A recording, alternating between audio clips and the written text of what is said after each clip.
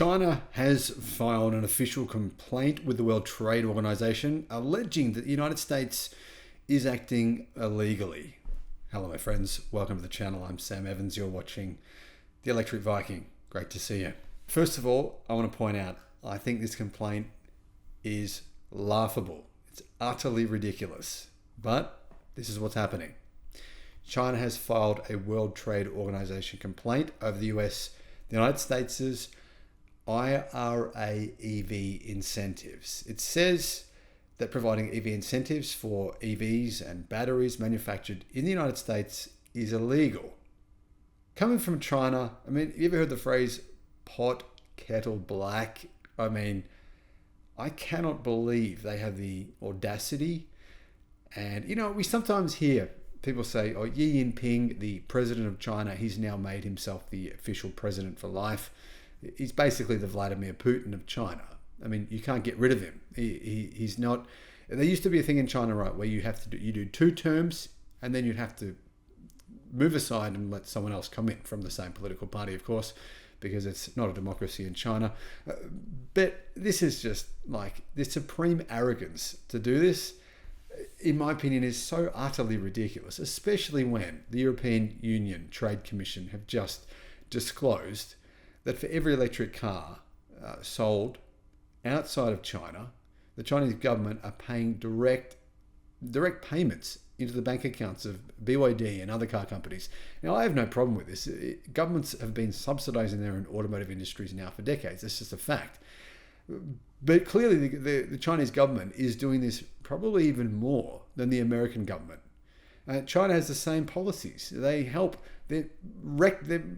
basically bringing zombie EV companies back from the dead just to sell EVs in Europe. Companies that's all they focused on doing. So, in my opinion, it's just utterly spectacularly nonsensical for the Chinese government to say the American government is acting illegally by sponsoring its own EV industry as if China doesn't do it themselves. I mean, come on. Anyway, China has filed this complaint with the World Trade Organization against the US electric vehicle incentives under the Inflation Reduction Act, which have effectively banned Chinese automakers from selling EVs directly in the United States. Now, they haven't banned them at all. That's what CNEV Post says. That's what the Chinese media say. They're not banned at all. They just have the 27.5% chicken tax, which came from the President Trump. He created this tax. However, it's worth keeping in mind, there's actually no tax on Chinese EVs sold in America at all. None. Zero. As long as you send one car back to China. So if America, like if General Motors or whatever, ships one car to China to sell it in China, and then a Chinese company, say GM in China, they send a car to America, there's no tax. As in, there is zero. And that's why Volvo doesn't pay tax on the EVs they're selling in the United States. And so why General Motors don't pay tax on the lyrics. Or there's actually some vehicles that General Motors manufacture in China that they sell in the United States. They don't pay tax. They don't pay the 27% tax on those at all. That's, in my opinion, proving that this policy is actually pretty fair. Anyway, to defend the interest of China's EV companies and a level playing field of the global EV industry, says China has resorted to the World Trade Organization dispute settlement mechanism on the 26th of March over measures in the US IRA related to subsidies for EVs, according to a question and answer session released today by China's Ministry of Commerce. The US introduced the IRA and it's implementing regulations in the name of addressing climate change, low carbon and environmental protection, the statement said. The policy takes the use of products from specific regions such as the United States as a prerequisite for subsidies and has formulated a discriminatory subsidy policy for EVs that excludes products from China and other World Trade Organization members.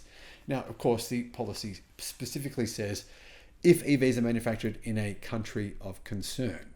And the United States fairly claims that in some parts of China, there is forced labor used to manufacture some of the things that go into cars there. And that is true. I don't believe anyone outside of China would argue that that's false.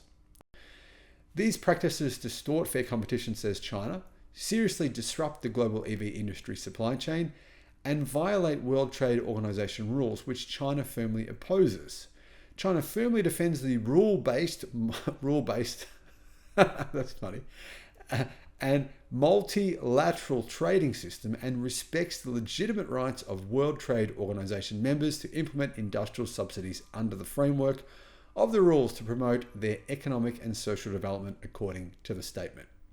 China urged the US to abide by World Trade Organization rules, respect the development trend of the global EV industry, correct discriminatory industrial policies timely, and maintain the stability of the global industrial supply chain and supply chain of EVs. Now, let's be frank here, guys. If the US had none of these policies in place, what I said would happen. There's absolutely no doubt about it. When we first learned about the IRA EV incentives, all right, when we first found out, I said it was a good thing. I got a lot of people very against me. A lot of people unsubscribed from the channel because I said that. And the reason I said it was a good thing was because China has taken over the manufacturing industry of nearly everything else worldwide.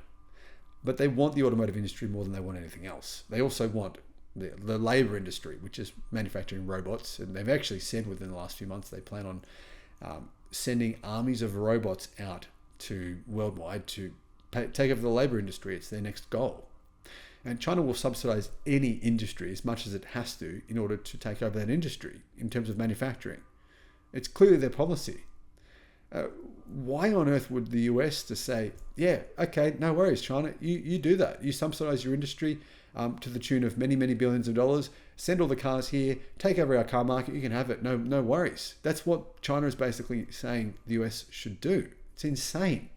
I mean, Europe's going to basically do this. It's only a matter of time. But if China was to take over the entire global car manufacturing industry, right, considering their dominance with EVs, it's inevitable that would happen. If that were to happen, imagine the imbalance there would be, the massive power imbalance. It's never good to have the entire means of production in one country. That would be an absolute disaster. In October of 2022, William Li, the founder, chairman, and CEO of NIO, said in an interview with German media outlet Heiss Autos that the company planned to enter the US market by the end of 2025, but US policy was complicating matters. In a June 2023 interview with Bloomberg, Executive Vice President Stella Li said, the US market isn't under our current consideration. I strongly believe that the IRA may slow down EV adoption in the US. Yeah, it will slow it down. Of course it's slowing down EV adoption because otherwise there'd be thousands and thousands of cheap electric cars from China flooding the US market. I mean, not pickup trucks. The pickup truck segment will take a while. General Motors and Ford might be able to hang on to a fair bit of that, but everything else would be flooded with affordable EVs. There's no question that would happen. But, I mean, US jobs would be lost. Hundreds of thousands of jobs would be lost. The economy in the United States would be annihilated within a matter of 6 months. And this would not be good. I mean, yeah, a lot of us hate America. A lot of people hate America. I don't, but a lot of people hate America. But honestly, the world needs balance. Without the US's economic might, which saved us in World War II, it saved us in World War II. It did, absolutely no question about it. What world would we be living in without the United States in World War II? I mean, everyone who hates the United States, this is what I say to them. I say, guys, what would your country be like if the United States hadn't have entered World War II? We wouldn't have won the war. There's no chance. There's no chance in hell that the West would have won that war, that the Allies would have won. It was impossible. So what world would we be living in? It's the same that applies here. What world would we be living in if China takes over the entire global manufacturing industry, which is what they want to do? Thank you for watching.